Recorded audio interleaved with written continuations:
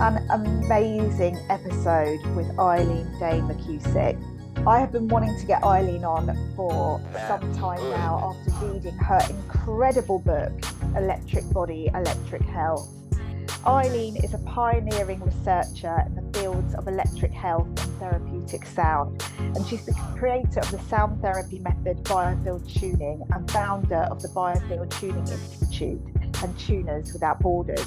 She's also the author of the best-selling award-winning book, Tuning the Human Biofield. It was an incredible experience to really chat to her about all the questions I had about the human biofield and how energy and information is stored in our human biofield and how healing can take place using the tuning forks. It really is quite incredible, her work, and extremely pioneering and very exciting, particularly the latest scientific study she has ongoing in using tuning forks to heal anxiety with incredible success. So we're going to be hearing huge things in the next few years from Eileen, hearing even more than we do already, and I cannot wait for you to find out more about what she does.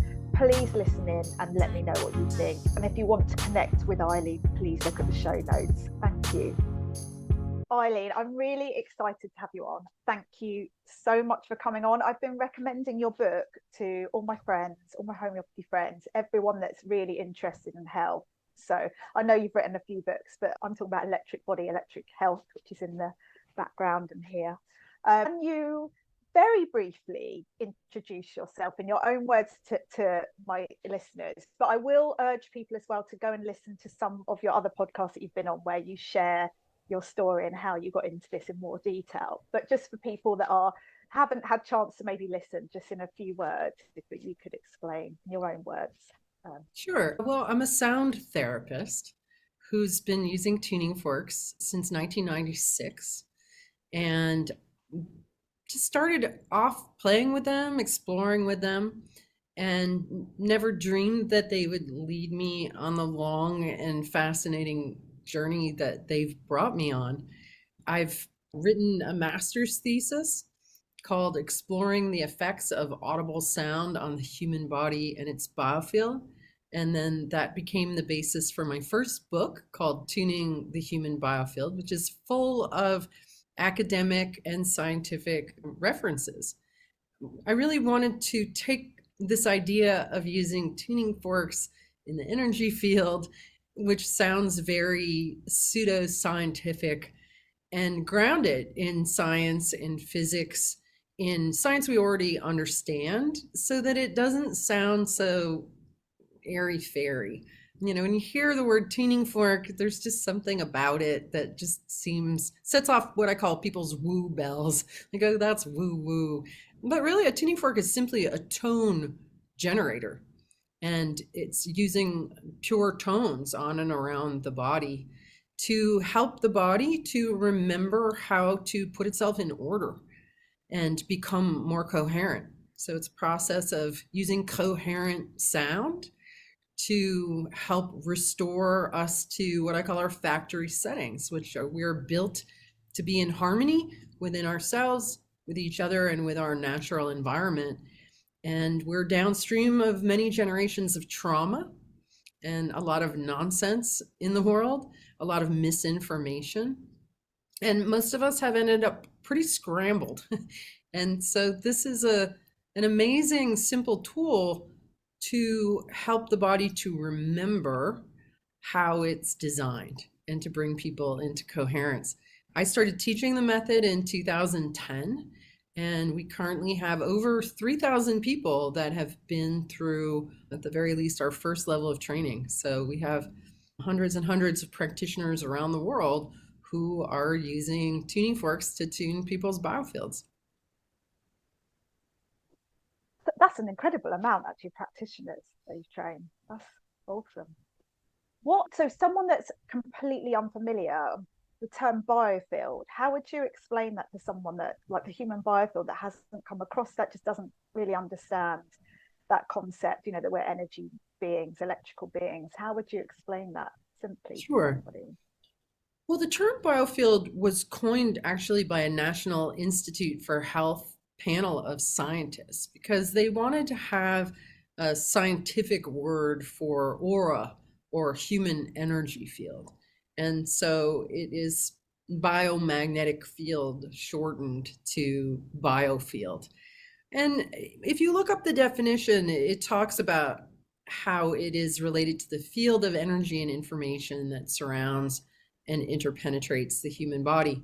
But what I found in my work, my many thousands of hours of exploration, bouncing sound off people, listening to the ping back, exploring the atmosphere around the body, is that our body actually has an electrical system that we're really not taught about. If anybody's read the book The Body Electric or Cross Currents by Robert O. Becker, were written in the early 80s, he talks about the body's electrical system. And you just don't really come across it very much. Most people just don't even realize that they have an electrical system. I think everybody knows that their heartbeat is electrical or your brain waves are electrical, that your blood carries a charge, your bones are piezoelectric crystals that make electricity when you compress them, that our collagen, that our fascia are all semiconductors that are conducting light and information through us. And all of this points to there being an electric current running through the body, right? When you're alive, your light is on. And then when you die, your light goes out. What is that light? It is your body's electrical system. We also know that anything that has an electric current running through it has a magnetic field around it. And you really can't separate the light, the electricity from the magnetism any more than you can separate lightning from thunder. It's really a simultaneous experience. And so I've adapted the term biofield to really speak to this entire system, both the electric current and the magnetic field. I really see them as one and the same. And so the energy that is beating your heart is part of your biofield. And in your book, you map, is this right? Where certain energy can be stored in the biofield. Can you explain that? Because I mean, I found this absolutely incredible, fascinating from a homeopathic perspective. You know, our view is that a lot of disease or symptoms arise with trapped energy and it gets stuck and we haven't processed it, and it can accumulate in certain organs or certain parts of the body, and we can give remedies that have an affinity to that to help shift it through. And I was seeing sort of a lot of parallels just coming from a different perspective in your book, but so much overlap as well. And I sort of thought, you've almost got a map of where this energy is stored. I found it incredibly fascinating seeing that you've done all this work, and it's amazing. Well, when I first started using tuning forks, I was only using them on and directly over the body. And I did that for 10 years, and I did it as a hobby. But then in 2006, I accidentally discovered phenomena in the atmosphere around the body. And that set off a 4-year process of discovery where I would move a vibrating tuning fork very slowly through the atmosphere of the body and listen very carefully to the overtones and the undertones that were produced, what I was encountering. It's almost like a sonar kind of process. And what it did was it revealed this territory sort of hidden in plain view. We all know that people give off vibes, and we've all gotten a good vibe off somebody or a bad vibe off somebody. But what I discovered as I was exploring from about 6 feet away in towards the body, I discovered that we actually are within a kind of bubble, that our magnetic field is shaped like a torus. It is a sphere with a central channel down the middle that runs along the spine, down between the legs, and has an outer boundary. And that sort of defines us. And what I found as I was sort of poking around in here was a storage system of memories. which was very surprising to me because we've all been taught that our memories are in our brain. But here I was uncovering very specific memories, patterns of energy and information that, as I went deep into investigating them, actually contained stories. And it took a few years for me to really see the big picture, but I discovered that every time we feel a particular emotion, just for example, sadness, that seemed to have like a little needle in the body that was recording all of that feeling. And it was specifically off the left shoulder. So what I was finding was that I had clients who were coming in that had pain in their left shoulder, that they had recently experienced a big loss or several big losses. These things tend to come in clusters for people, and that they hadn't digested, they hadn't expressed, that they hadn't integrated that. And the weight of that unexpressed, undigested emotion was actually weighing on their left shoulder. And I could hear it and I could feel it, almost like a cloud of wet sadness. Just like music seeks to evoke different emotions, I would hear those kinds of sounds in the overtones and the undertones of the fork. And stick a fork in a sad memory, the fork actually sounds sad and sound, in a way that we would just resonate with. We just know what that sounds and feels like. I discovered that whenever people had a tendency to always think about the future and what they had to do, and they were guilt-driven overdoers or overthinkers, that they would develop issues in their right hip. That people who were stuck or mired in some kind of toxic situation that they didn't feel like they could get out of would end up with left foot or ankle issues. And this whole, what I call the biofield anatomy map, revealed itself that our body in this model is actually inside our mind. And wherever we are running in an out of balanced way in our thoughts or our feelings, it would start to affect the physiology. And that this would seem to be the same from person to person. So not only did I discover that the field was sort of compartmentalized or had file drawers, like every time you feel this feeling, the record gets put down here. Every time you feel that feeling, the record gets put down there. But I also discovered that it was timelined, because as our body goes through the movements of generating the frequency signals of these different emotions, that information would move away from us, kind of like the way hair grows away from you.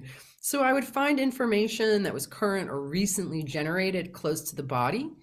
I would find information from gestation in that membrane that defined the outer boundary of the field. Just inside that, I would find the information, the story of somebody's birth experience.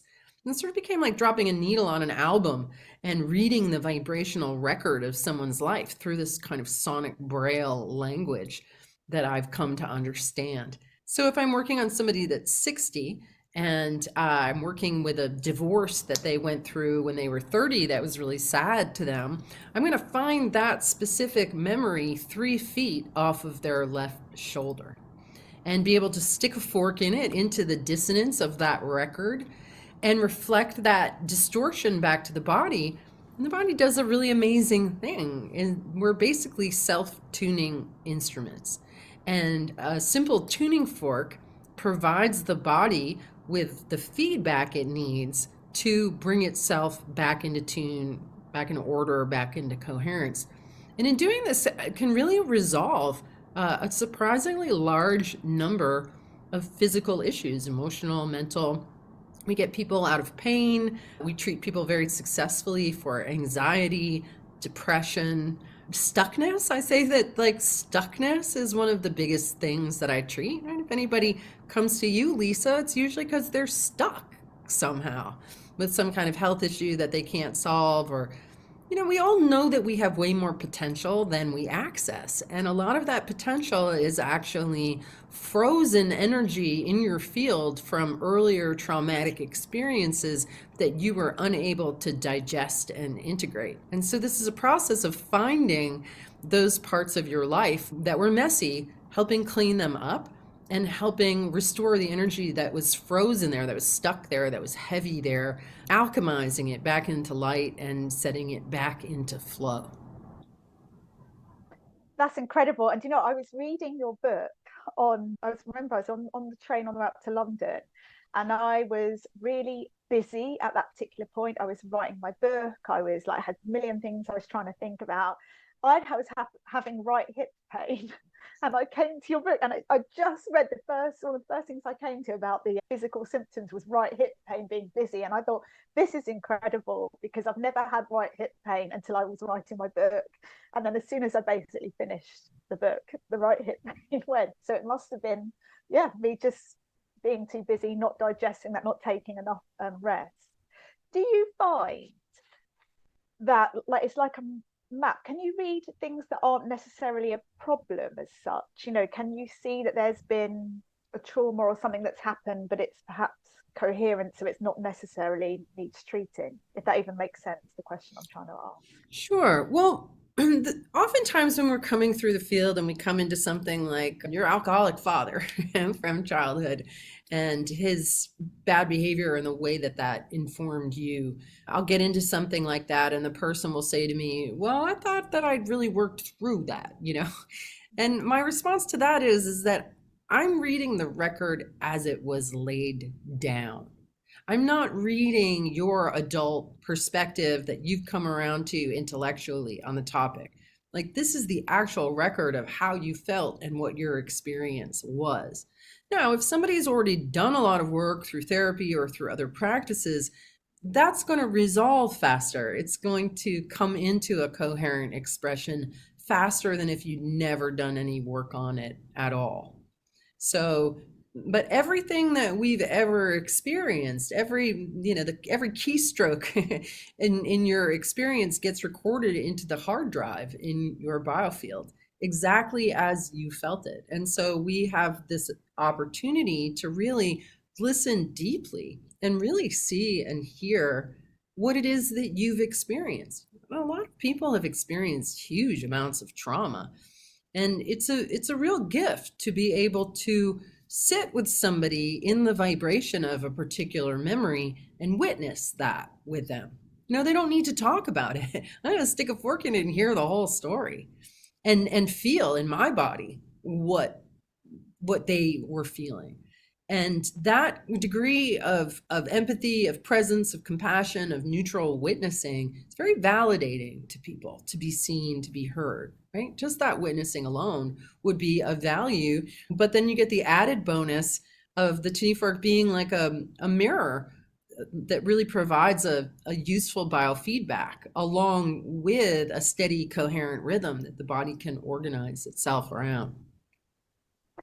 Wow, it's so fascinating. Can you explain maybe some of your more like a couple of really, I'm sure all your cases are memorable, but are there any that stick out that might be interesting, you know, to the listeners to illustrate, you know, this magic? Because it is just incredible for people that haven't read the book and seen some of the cases, you know, that you talk about. Well, what's coming to mind is an older gentleman, excuse me, he was probably 65, and he had anxiety and he wasn't sleeping. He had a bunch of issues, and he came in and I started working with him.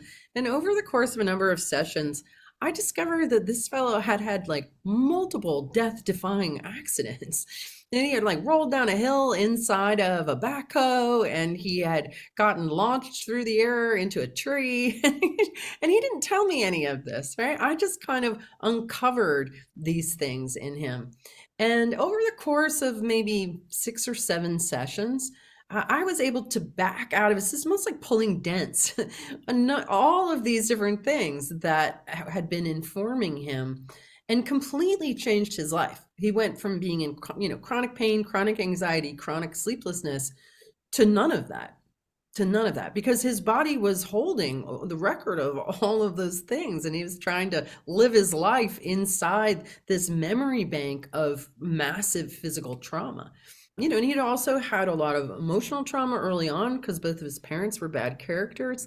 That kind of set him up for it.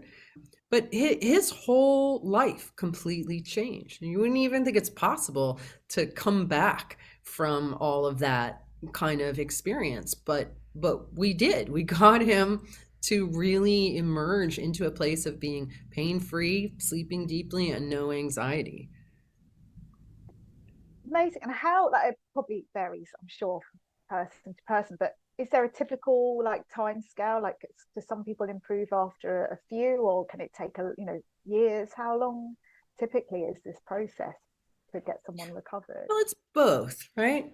I mean, if somebody comes to see me because their knee hurts, I might be able to fix that in one session and it might never come back, right? If if somebody's I've been working with somebody recently who's an alcoholic and just had a lot of upset going on, a lot of noise in the signal.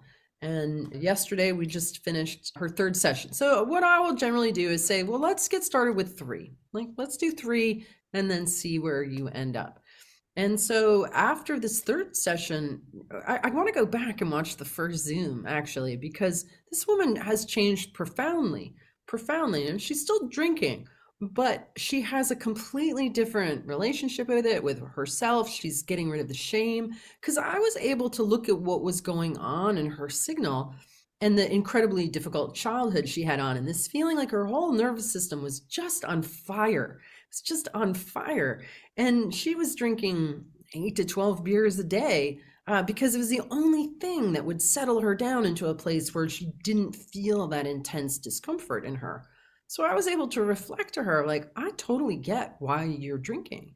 You're using this as a solution to manage this incredibly difficult inner state that you have going on, right? Which helped to relieve the shame part of the equation. Because any kind of dysfunctional behavior we have, if you put your own shame on top of it, you've just compounded the situation, right?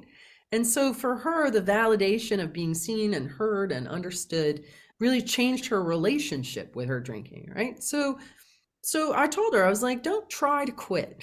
At some point, once we heal the underlying condition that's giving rise to the addiction in the first place, the addiction will fall away when it's good and ready, right? So we probably need a few more sessions for her to get to the point where she won't want to drink anymore. But her whole inner landscape changed dramatically in 3 sessions.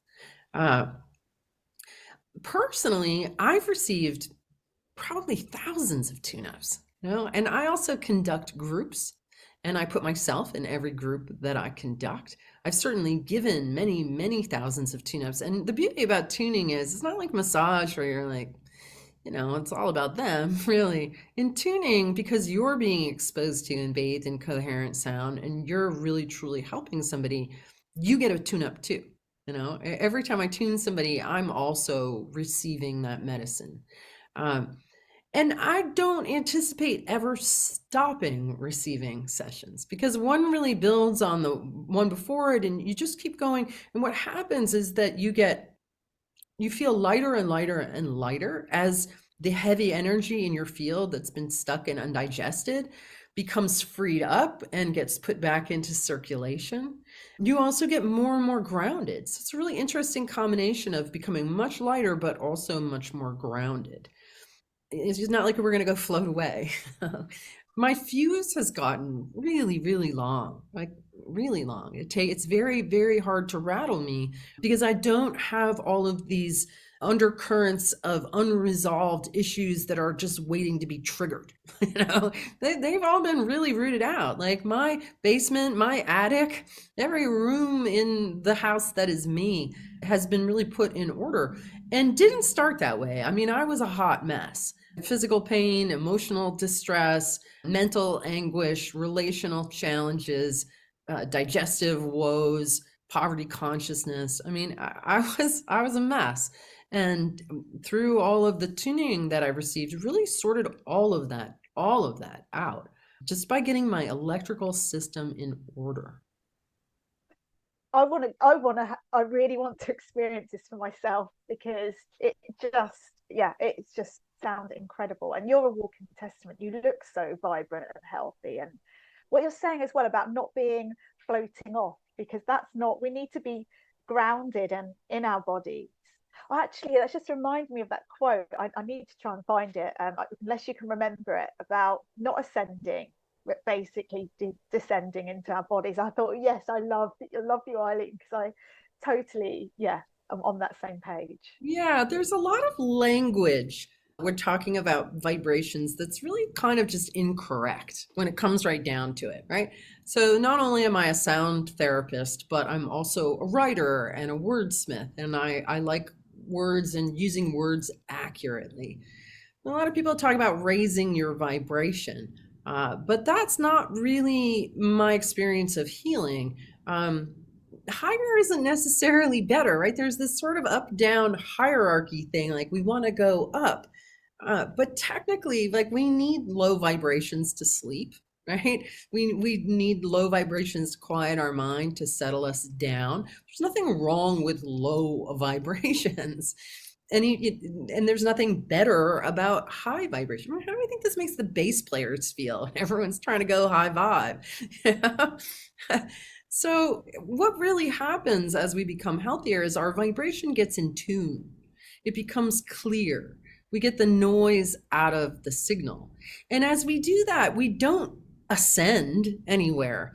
We actually expand. Our consciousness, our experience of ourself expands in every direction. It goes deeper into the ground. It goes wider in our ability to have more energy, to do more things, or have more impact in the world. And there is an element of lift. Certainly when we're happy or we're joyful, there is a kind of an uplifting sort of feeling, right? But it's not higher. We're not going higher. We're really kind of lifting up and expanding out. And this idea that we're going to ascend, or that the earth is ascending, or ascending to 5D, like I just don't find that useful. I don't find it useful. We're not going anywhere. We're here in 3D. We've got our feet on the ground, and let's work to make 3D better instead of feeling like we need to ascend into some higher place where, it's better there somehow or other. I think it's a cop-out that makes us not kind of seize the moment right here and right now and make this world better right now in the capacity that we can. It's point on the horizon, and people are always trying to have high vibes and then beating themselves up if they have low vibes. And then they talk about things like shame being like the lowest vibration emotion, and you don't want to feel that. But it's really necessary that we feel shame, right? I spent time in Jamaica, and there's this little Rasta cafe on Negril Beach. And the bathroom there, a little rough. The toilet didn't flush. You had to use a bucket to put it in. The lock on the door didn't always work, and the light didn't work. And this last time I went down, it was all fixed. And I've been going here for years, like 6 years, and it's always been the same. And this time I went, and the toilet was flushing, the light was on. She'd put a shower curtain, this really nice, pretty shower curtain inside the door. The latch was working. And I went and I told the woman who owns this little compound, I'm like, thank you so much for fixing up the bathroom. I really appreciate it. And she said, well, you know what? I actually felt ashamed of the fact that it wasn't good. And it was the shame of this, subpar little bathroom that drove her to improve it, right? So shame plays an important role in nudging us towards doing the right thing or not doing the wrong thing because you don't want to feel shame. People talk about hate being a really negative or bad emotion, and then they're like, oh, you shouldn't feel hate and you shouldn't feel shame. Well, you should feel every feeling that you have and not judge and label any of them. I hate the nonsense that's going on in the world right now. I hate war. I hate humans killing other humans, killing children, right? I hate that. And I'm not ashamed of the fact that I hate that. My visceral dislike of the messy world has really driven me to bring tools of coherence and healing to it. So it's important, every emotion that we feel is important. In fact, most of what people suffer from, in my experience, and Lisa, you've probably observed this too, is emotional. That we've been taught this sort of abstinence only prescription for our emotions by our emotionally dysfunctional parents. And so we suppress all and judge all kinds of emotions. And then we're creating resistance, we're creating inflammation because we're not allowing ourselves to express our hate, or we're not allowing ourselves to feel our shame. I'll tell you what, a narcissist doesn't feel their shame. And that is what, why they're defensive, why they don't listen, why we never get anywhere with narcissists. It's because shame is really uncomfortable. They don't want to go there and they don't want to feel it. But then they keep doing the same bad behavior over and over again because they're not in touch with their shame. Right? So I think it's important that we relanguage all of this and make it real and give people permission to be human and like stay here. Don't go trying to get to 5D. You're here. Be here. Yes, I want to swoop that definitely. And yeah, I mean, when you take a homeopathic remedy that's the right resonance, it will release emotions if that's what's created those symptoms. And you can be, well, I took a remedy the other week and I just spent the day crying, after I took it, because it's stuff that obviously I've suppressed at some point and needed to come out. So that's what healing looks like. And it's by thinking we shouldn't be feeling certain feelings that we block them and ultimately get sick. So yeah, absolutely. I'll never forget the time someone came in, she lay down on my table and she said, I know I shouldn't feel this way, and I was like, stop right there. Whatever you feel is what you feel. And our feelings are really a guidance system to help keep us healthy. Just like our feeling of touch, if something's hot, you're like, oh, that's hot. You got to stay safe. And if somebody makes you angry, it's a boundary violation. You got to keep your boundaries intact in order to remain a healthy organism.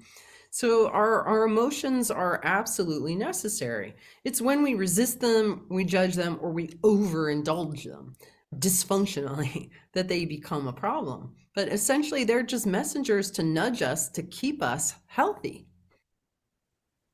We are so suppressed right now, well, as a society.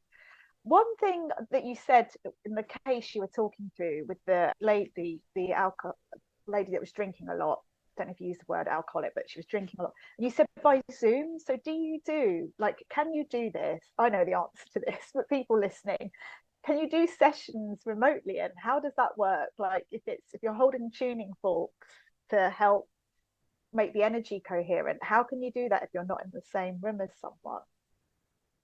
Well, it seems kind of impossible, doesn't it? I mean, I certainly felt that way. People asked me for years if I could do it at a distance, and I was like, no. And then one day I tried it and discovered I could, and then blew my own mind completely. And I was like, oh God, now I have to eat crow, because I was so arrogant in my assertion that it was impossible. And now I just discovered I was wrong. Well, think about it. We were talking, Lisa, about your biofield and about this idea that what we call your memories, is in the field around you. Right? So if I'm finding you out here in the field around you, where do you end?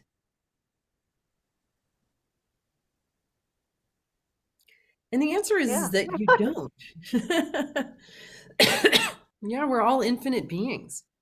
We're nodes, but we actually are everywhere. We're part of the fabric, the underlying substrata of reality, which is all one thing. And I use the term ether to describe that, but some people use the term quantum, which I don't find useful. I don't use the word quantum either.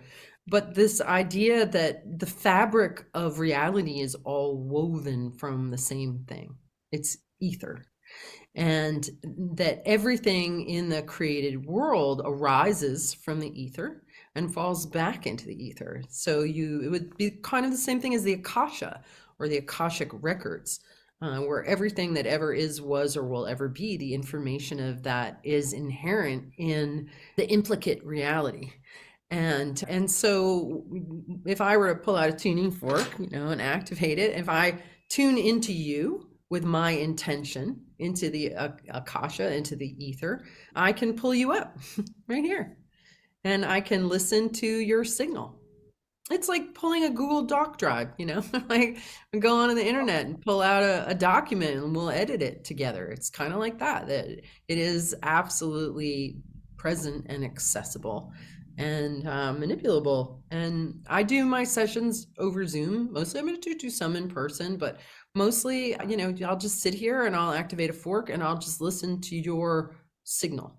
I'll tune in my antenna to your antenna and listen to the rhythm. So, in Chinese medicine, before I started doing tuning, I was always so blown away by how the old Chinese doctor could put his fingers on my wrist and be like, oh, you had a kidney infection when you were 21. I'm like, How do you know that? Right? That this idea that our whole history is in rhythms and tonal expressions of our being.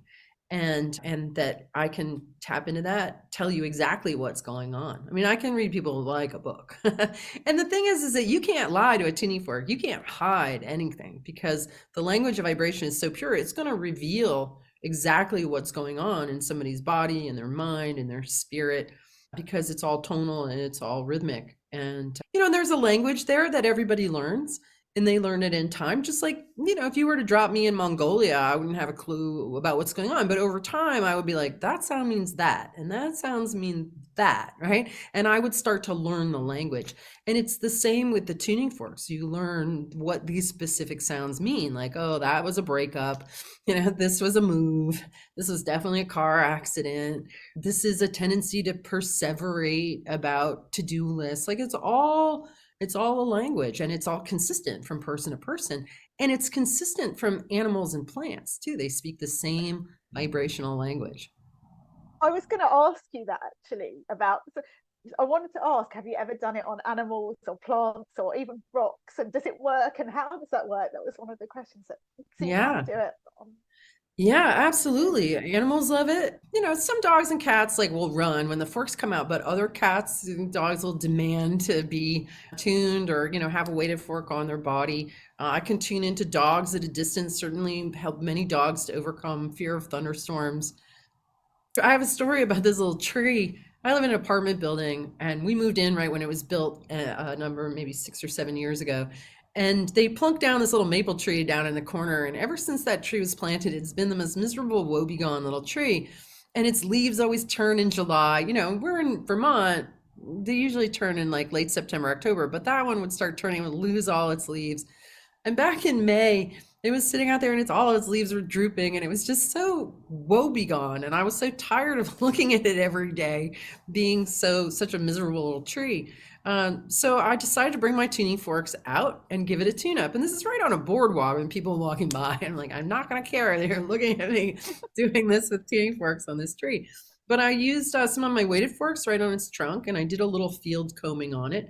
And I discovered that it felt disconnected from its environment. It wasn't connected into any kind of mycelial network. It was just sort of feeling alone and isolated, and it had been traumatized through its move and planting. So I just hung out with it. I gave it love. I helped it to get more coherent. And it absolutely perked up. And that tree this fall did not lose its leaves until late October. It didn't even turn in July or August or September. And yeah. And lots of people have tuned their gardens. I have this one guy who was a marijuana grower, and he started playing some of my recordings to his plants. And even though he loved marijuana and he loved growing it, his mother never got over her disapproval and she was always shaming him. And he was concerned that his shame was finding its way into the plants. So he got this recording I have on guilt and shame and started playing it for his plants. And he said that he and everyone else who smoked it felt like it absolutely improved the quality of the weed. So everything benefits from being tuned. So can people do this at home? Like, can they learn how to do it? Obviously, you've said about training practitioners. So I imagine there's a lot of work to do it professionally and to be able to help others. But can you do it to some extent at home, or is that complete no-no? Yeah, absolutely. My first book, Tuning the Human Biofield, I lay it all out right there. And you can, one of the complaints about Tuning the Human Biofield is that it doesn't have a lot of instruction in it, but biofield tuning is very simple. I know people are always asking me, well, how do you treat this? Or how do you treat that? Or what frequency do you use for this? And we use a handful of frequencies. Basically, biofield tuning is a practice of you comb through the field, you stop wherever you hit resistance and noise, and then the body fixes itself, and then you move along and then you bring, and you're as you're going along, you're sort of freeing up energy that's stuck. So we comb through the field, we find areas that are stuck, that are noisy, wait for them to resolve. We don't have to do anything. We're like technicians. We're like, oh, wonky spot, stay here. Oh, not wonky anymore. Go to the next. And we just comb to the midline. We help to integrate the work into the midline, and then we column and sort of move away from the body. So that is biofield tuning. You go whoop, whoop, and that's it. That's it. It's very, very, very simple. And there's not a lot to say, but the fact that we're working in the biofield, which most people don't know about, the fact that we're working with the ether, which most people don't know about, we're working with the physics of sound, which a lot of people don't understand. Like, I had to write many chapters in Tuning the Human Biofield to frame and to give context for how and why this thing works. And so you can learn it from the book, but if you know, and that's for just working on friends, family, pets, self, whatever. But we do have a training program. We have in-person and online training, and it's not a ton of training. You know, you can go to, well, you went to homeopathic school. That's a big commitment. We have people who spent a lot of money on their acupuncture license who have let it go because they found biofield tuning to be more effective. We have people who've let go of their counseling licenses because they found biofield tuning to be more effective. Like, excuse me, I can't tell you how many people have said to me, this work did more for me in 3 sessions than years of therapy. Right? It's an evolution, a synthesis of all these things that came before that I've built on, and then kind of put it in together in this very elegant, easy to use system that really anybody can learn, and that integrates beautifully. Like, it would integrate beautifully with a homeopathy practice. It would integrate beautifully with a chiropractic practice, massage therapy, Reiki. We have a woman who is a gynecologist who's using our scar protocol with our weighted forks on like episiotomy and C-section scars very successfully. Right, so it works great as a standalone, but it also can really enhance any other practice that you've already got going on. That's what I was really thinking. And some of the questions I wanted to ask as well actually were more like for maybe the homeopaths that are listening, because I was thinking this is something that could massively integrate and benefit with the homeopathy. I see it as like really sort of, they can really complement one another. And interesting, because one of the things that we find in homeopathy is quite often when we give a remedy that we think is a well matched, what we call constitutional remedy, but you know, a remedy that matches the individual. Sometimes we find some individuals don't respond to a well indicated remedy, and it might be because there are drug layers which need clearing homeopathically, or there are ancestral or inherited traumas, which we call miasms. And I was thinking, but you don't know that until you've already tried this, gone through the process of trying to give these remedies. Like, oh, they're not working, there's a block. What is this block? I was thinking, I wonder if there's a way to do this where you see, is there like ancestral trauma? Well, everyone's got some, but you know, kind Absolutely. of current ancestral trauma, or like drug layers. Like, can you pick that up? Like, you know, how would Absolutely. Well, we use the same term, miasms, to describe ancestral patterning. In fact, I just worked on somebody a few days ago who, what I've observed is that whenever people suffer from what I call a blind emotion or a reaction that comes out of nowhere, you know, kind of kerfluffly expression that then they're ashamed of, that is almost always a miasm, that it's just something that's running in their signal, that it's not really theirs, it's something that they inherited. And this particular person had a whole scarcity story that would really trigger her and get her very upset. And when I went in and listened to her signal, it was so absolutely ancestral. It was just, and it was running in the background of her own signal. Right. So there was all of this down pressure of our ancestors who really had suffered and struggled with not enough. And then because there was such a strong down pressure that the only way to counter it was with an up pressure that was hysterical. Right? And so there was like the down flow and then this hysterical upflow that wasn't even her. And so I was able to reflect those signals back to the body understand that they were just a program basically running in the background, help to settle those down, and then amplify who she was. Like, who are you on a soul level? How can we bring your soul into the space that we just cleared out this miasm from? She had the most angelic, beautiful energy, right? So that tone and that spaciousness, that inner illumination and beauty and grace that this woman really had in her soul was able to expand out into that place where the miasmic pattern had been running and holding.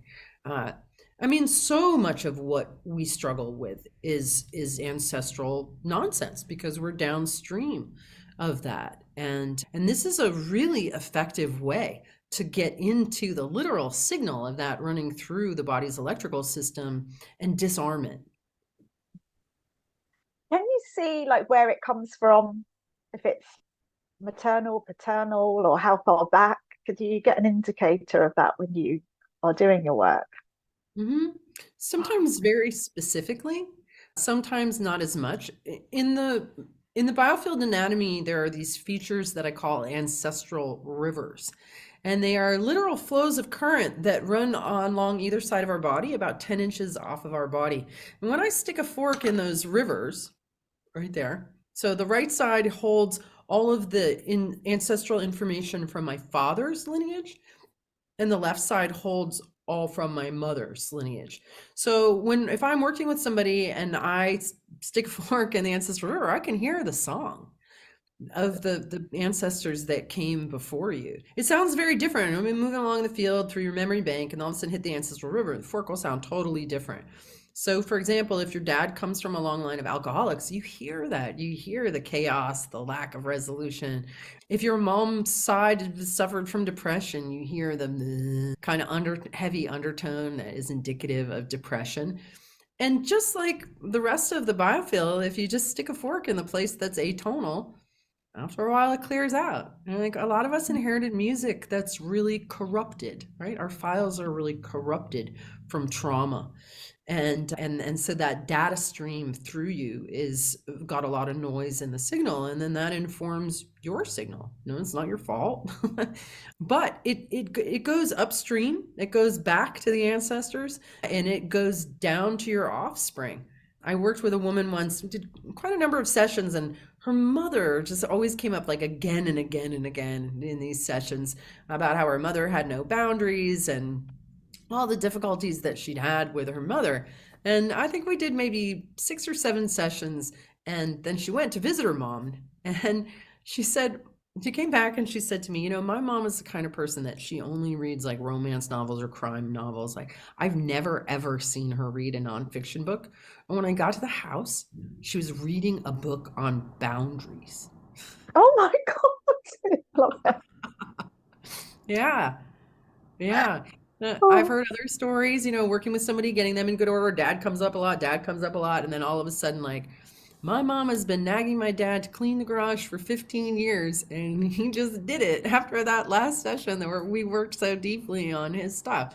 Because we're all connected vibrationally, really through an unbroken chain, right, of bloodlines and information and through the ether. So we are connected. So anything you do for you, Lisa, or I do for me is gonna affect the people on either side of us in this stream. I've certainly seen it with my own kids. I have 2 boys now who are 23 and 26. And we've done some amazing work in recognizing and healing family patterns of scrapping, right? How families can have these patterns of people just yelling at each other. And you get into these things that you get in with your family that you don't necessarily with people who aren't family. And we discovered, both my family and my husband's family kind of come from this bickering kind of story. And my boys and I realized that these were miasmic patterns that were playing out through us, that none of us wanted to be engaging in that. And through a combination of tuning and awareness and really choosing. Like we got to the point where if like something was about to come up, we all knew it. We'd be like, we're not going to go there because we know that that goes nowhere. That's just a tempest in a teapot that makes everybody upset and it goes nowhere. And it is an ancestral miasmic pattern that we are very going to consciously deprogram and change and not have that be part of our everyday reality. And we've done that successfully.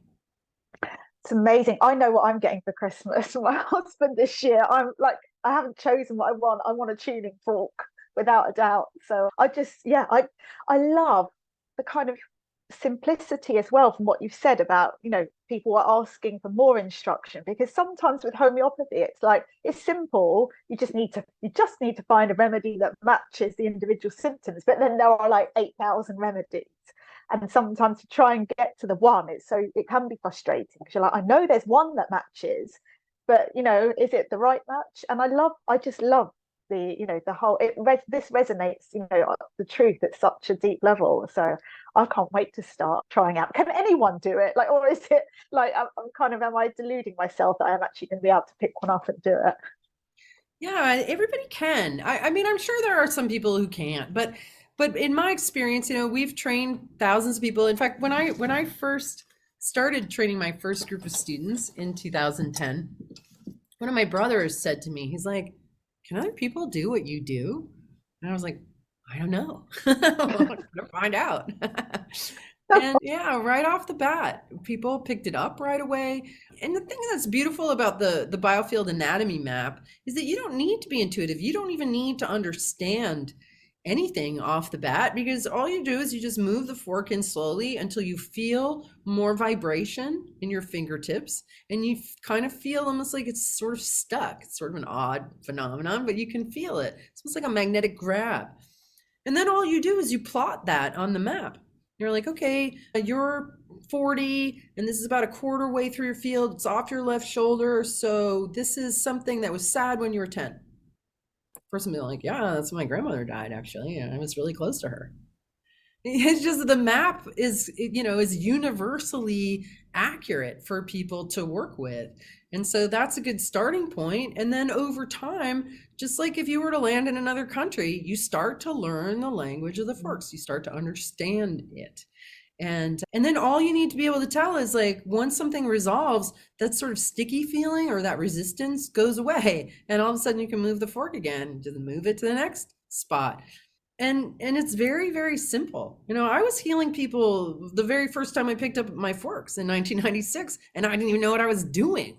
And they were like, wow, my shoulder pain is all gone. I was like, wow, that's a miracle. I'm clueless.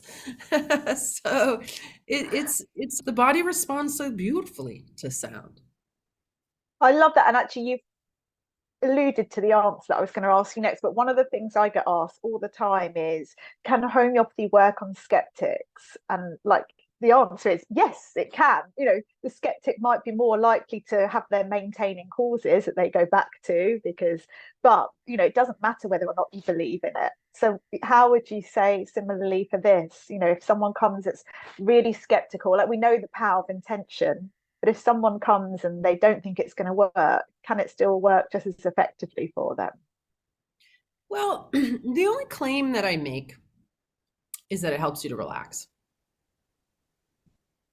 And so after any session, I'm like, are you more relaxed? And they're like, yeah. Like, nobody ever goes through a session without relaxing. I mean, that all of these places that we find stuck stuff in the field, there's a tension, an underlying tension in the body. And so with each tangle that we untangle, something in the body relaxes and you can breathe more fully and freely. And that's really what it's about, because our body's electrical system, which is the part of us that keeps us alive, right? Lights are on, electrical system's going, is running, runs on electricity. And so we can go for months. People go for months without food. People go for days without liquids. You can only go a few minutes without breath. And that is because we live in an electrically charged atmosphere and we are breathing in light. We are breathing in plasma. When your blood goes from dark red to bright red, it has light. It's picked up light, electricity, juice, and that is what you're running on. So people who get tired at 3 in the afternoon are people who are running their mental body too strong, too fast, too many thoughts, and they're not breathing. They're not breathing. So the more you quiet the mind, the more you relax the tissues of the body, and the more you liberate the breath, the more energy you have, the more you expand into your potential. So if you go through a biofield tuning session, no matter what, you are going to take some deep breaths, you are going to relax, and you're going to feel a little different. Now, sometimes people can have extremely profound outcomes. I can take somebody very high on the pain scale, 8, 9, 10, and bring them down to a 1 or a 0 in 20 minutes. Like, it can be that profound, right? Sometimes if you don't have anything going on that's super wonky or out of balance, you might not notice much. You might not feel different, but then you might find yourself making different choices or having different opportunities appear, right? Yeah. So it can run the gamut from very subtle, or I didn't really notice much, to like really profound, where people feel all this energy moving in their body and get all these insights, and whatever they're suffering from can change very dramatically. But listen, there's nothing stronger than the human mind. Right? And this is where, like, ultimately the tuning forks for me have been training wheels on how to use my mind better, more effectively, more efficiently, stop derailing myself with my own bad mental or emotional habits. Because I've learned so much being in people's fields, being in their mind, their subconscious mind, seeing all the ways that we can go out of balance, and realizing like, oh, I do that. Geez, I do that too. And it's been a wonderful mirror to show me my own inherited and learned dysfunctions and remedy those. So if somebody has made up their mind that they're going to be a skeptic and they don't believe in physics and they don't believe in sound and they don't believe in me, then I'm probably not going to do much for them, because their mind is strong in that way.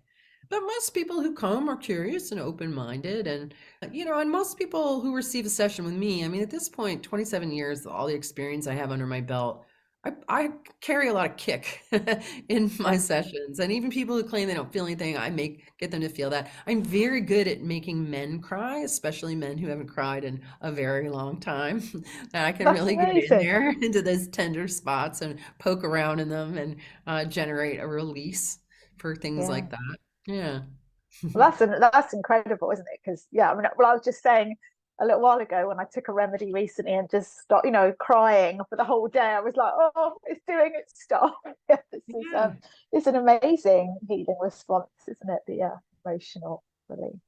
Hmm. Oh, it's incredible. Do you know what? I'm really conscious of time, and I want people to know like where to find more information. But maybe before we just wrap up, like where do you think the future is heading? Because I just feel there's so little we know, like the way Western medicine is. It's so archaic when the work like that you do is coming out, and it just fills me with such excitement for the future. Where do you feel like we're going in the new healing modality?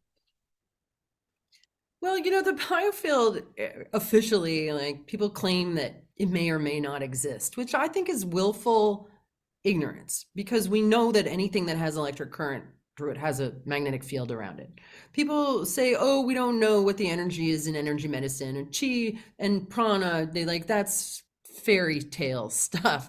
And it's like, it's electricity. It's really, really simple. And the fact that we've had this wool pulled over our eyes and ears on this topic so successfully speaks to a very good propaganda machine, so that gets people to not see what's right in front of their faces and what's real. Once people learn about the electricity in the environment, the electricity in their body, their electrical system, like, once you see the light here, you can't unsee it. And everybody says the same thing. Like, this makes so much sense, right? That was your experience. This just makes so much sense. There's something about it that really rings true in people once they get past that thin veil of programming that they've had layered onto them to get them to subscribe to a chemical mechanical model where you engage in drugs and surgery for your chemical mechanical problems. But biofield science is really coming to the fore. In fact, we're in the middle right now of a 3-year fully funded study with 100 participants to see how 5 biofield tuning sessions at a distance impact clinical anxiety.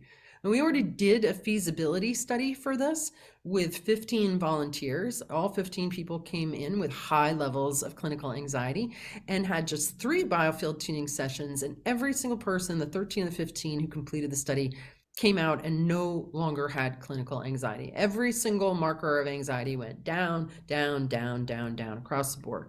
We have 2 published papers on that study, a quantitative one that looks at the numbers and a qualitative one that shares people's experiences of going through tuning. So this one, we were going to have a control group. It's a 3-year study. And when we complete it, we anticipate having the same kind of results that we had in the feasibility study. We're going for mainstream journals. We are seriously committed to advancing the science and the understanding of biofield medicine because it's far more elegant, it's far less invasive, it's far less expensive than conventional medicine. And don't get me wrong, drugs and surgery can be absolutely the right thing in many cases. I'm not opposed to Western medicine. However, there's plenty of room for bringing in the biofield side of things.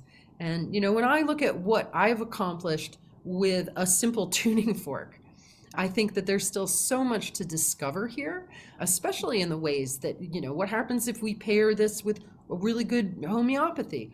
What happens if we pair this with some great chiropractic? This is all about getting people to stay healthy, to not get sick, to keep yourself in balance and live from a balanced place, to learn to run cool and smooth inside so that you don't rattle bits of yourself loose through your mismanaged, unexpressed emotions, so that you can stay in the game, for a long time. So I definitely think breakthroughs in understanding electric health and biofield science are very close and that they're going to change the landscape completely. Oh, that's given me full chills. Yeah. When do you expect the study to be finished? Did you say? Is it, and when Yeah, might so it be published? next year is year 2. It took us quite a while to get it together, but we've just entered into the recruitment phase. And so year 3, 2025 is when we'll be writing it up and submitting it for publication. So it'll be a few years. These things really do take time, longer than you want, and why a lot of people don't do research, because it takes a lot of time and it costs a lot of money. But we were very fortunate to partner with a research organization called the Consciousness and Healing Initiative. And between the 2 of us, we raised over $200,000 for this study through grants and donations. So, we've done it before, we're doing it again, we're going to keep on going. And I'm about to get involved with some fellows who've been doing telomere research and how telomeres are a good marker of aging. And we're going to do some investigation to see if biofield tuning has any impact on telomeres. So there's more research in the pipeline. We could certainly do a study on pain. We could do a study on depression, things that we've really observed in clinic that are consistent. I'm not going to say easy to treat, but these are things where people have been told they need to be on drugs for life, and we get them off them. Amazing. I cannot wait to see what happens and keep up to date, because it's so needed. And I think I'm with you. I'm not opposed to Western medicine, but we need to be integrated. And it's it's not a healthcare system, it's a sickness system, and this can really pave the way to make people healthy. Yeah, I'm really excited. Amazing work. So people that want to find out more or learn more about you, your courses, or how to book in with a practitioner or yourself, what's the best way to get in touch and find out more information? Our website is biofieldtuning.com. We also have the biofieldtuningstore.com. I created my own line of very high quality tuning forks. If you're interested in sound healing, don't buy your forks from Amazon. The difference in quality between forks that are made in China or in India versus my forks are made in the United States. We've got nice long handles, very high quality tools that ring nice and clear and resonant for a long time on pitch. Like there's a really big difference between cheap sound healing tools and good sound healing tools, right? So if you're curious, mine are more, you pay, mine are like twice as expensive as the cheap ones, but they're more than twice as good. I demand excellence from the tools that I work with. So we have a whole line of tuning forks. We've got different kinds of video courses. We've got the certification program that is where you have actual one-on-one, a number of one-on-one with a teacher. They're not just videos, like they're actual classes with classmates and your own one-on-one practicums. So we've got that. I have a YouTube channel, lots of videos on that. And actually I have this series called Sonic Sundays. I think I've got 19 of them up there that there are free tunings in all of them. And they're very powerful, an opportunity to just get some free therapy if you need it. We also have free ones on our website, so you can check those out. And then dozens and dozens of recordings that I've made, things like an adrenal rhythm reset that many people have found very helpful. And we also have practitioners all over the world. So we have a directory. And if you want to have the experience of one-on-one, they don't have to be in your hometown because everybody knows how to do the work at a distance. Oh, it's absolutely incredible. Thank you. And I want to know, do you ship internationally or is it just in the US with your fork? No, we do ship internationally, but since COVID, shipping costs have kind of gone through the roof. So our shipping to international countries, we cover the taxes, the customs, and the shipping, and it can kind of make your total seem alarmingly high. But once you've spent the money and you have the tool, you'll agree that it's worth it to have. Even something like our Sonic Slider, this is one of the weighted forks that I made for self-care. And this makes a great addition to a first aid kit. If somebody's got a headache, if somebody's got pain somewhere, people who have arthritis, use it regularly, tummy aches, you can slide it on your body like dry brushing and get your blood and your lymph moving. I keep one of these in my purse everywhere I go. I was at a banquet not that long ago, and the guy sitting next to me had all this pain and tightness in his arm on the side where I was sitting, and I just pulled out this fork and I did a little work on him. I did a little adjustment, and all of that pain just melted. It just melted away, and he was like, "Oh my God, my arm is all better." And that was just happened between courses. So it's a super useful little tool. I'm going to need to get a bigger bag. I'm going to be carrying my homeopathy kit and now for tuning a fork as well. Oh, it's brilliant. Thank you so much for coming on. I am just, can't wait for everyone to listen to this. It's so needed. So thank you so much, Eileen. You're welcome, Lisa. Thank you.